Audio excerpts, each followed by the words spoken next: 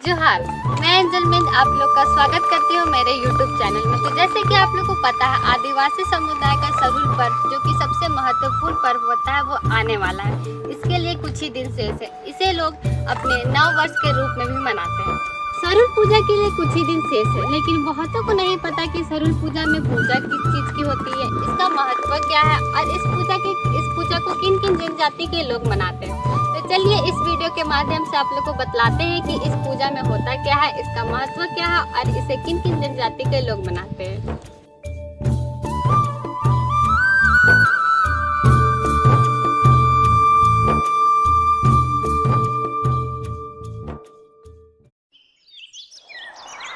सरूल वसंत के मौसम के दौरान मनाया जाता है, जब साल के पेड़ की शाखाओं पर नए फूल खिलते हैं। यह उत्सव चैत महीने के तीसरे दिन चैत शुक्ल तृतीया को मनाया जाता है। यह नए साल की शुरुआत की निशानी है।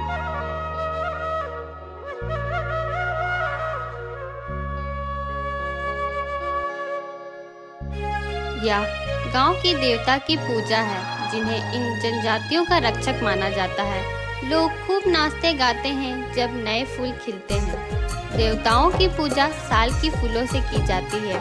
गांव के पुजारी या पाहन कुछ दिनों के लिए व्रत रखते हैं। सुबह में वह स्नान लेते और कच्चा धागा से बना एक नया धोती पहनते हैं। उस दिन की पिछली शाम 3 नए मिट्टी के बर्तन लिए जाते हैं और उनमें ताज़ा पानी भरा जाता है।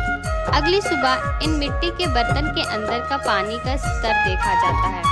अगर पानी का स्तर कम होता है तो इसे अकाल या कम बारिश होने की भविष्यवाणी की जाती है, और यदि पानी का स्तर सामान्य रहता है तो एक अच्छी बारिश का माना जाता है।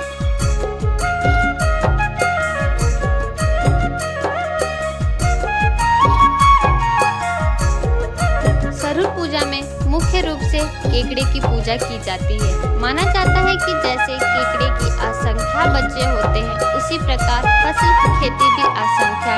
और सरना झंडा में लाल और सफेद रंग का भी अनेक अर्थ होता है। सफेद सिंह बोंगा, लाल गुरु बोंगा अर्थात संघर्ष का प्रतीक। आदिवासियों का मानना है कि वे इस त्योहार को मनाए जाने के बाद ही नए फसल का उपयोग मुख्य रूप से धान, पेड़ों के पत्ते, फूलों और फलों का उपयोग कर सकते हैं।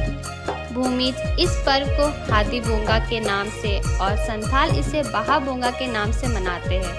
इसे बा पर्व और खद्दी पर्व के नाम से भी माना जाता है।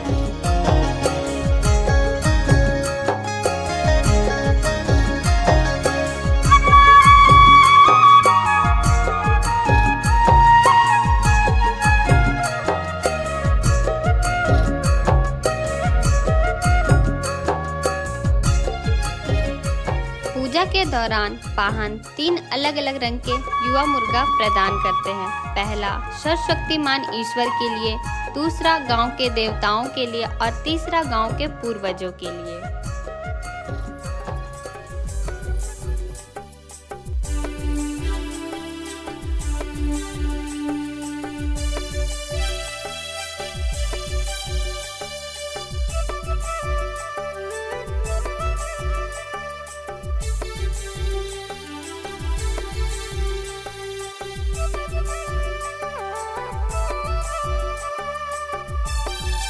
पूजा समाप्त होने पर गांव के लड़के पाहन को अपने कंधे पर बैठाते हैं और गांव की लड़कियां रास्ते भर आगे पीछे नाचती गाती उन्हें उनके घर तक ले जाती है, जहां उनकी पत्नी उनके पैर धोकर स्वागत करती है। तब पाहन अपनी पत्नी और ग्रामीणों को साल के फूल भेंट करते हैं। इन फूलों को पाहन और ग्रामीणों के बीच भाईचारे और दोस्ती का प्रतिनिधि माना जाता है।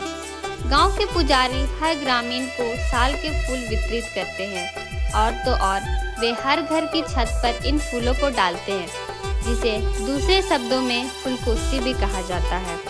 पूजा समाप्त होने के बाद हणिया नामक प्रसाद ग्रामीणों के बीच वितरित किया जाता है, जो कि चावल से बनाए पेय पदार्थ होते हैं। पूरा गांव गायक और नृत्य के साथ सरूल का त्योहार मनाता है। यह त्योहार छोटा नागपुर के इस क्षेत्र में लगभग सप्ताह भर मनाया जाता है। मुंडा, भूमिज और हो जनजाति इस पर्व का उल्लास और आनंद के साथ मनाते हैं।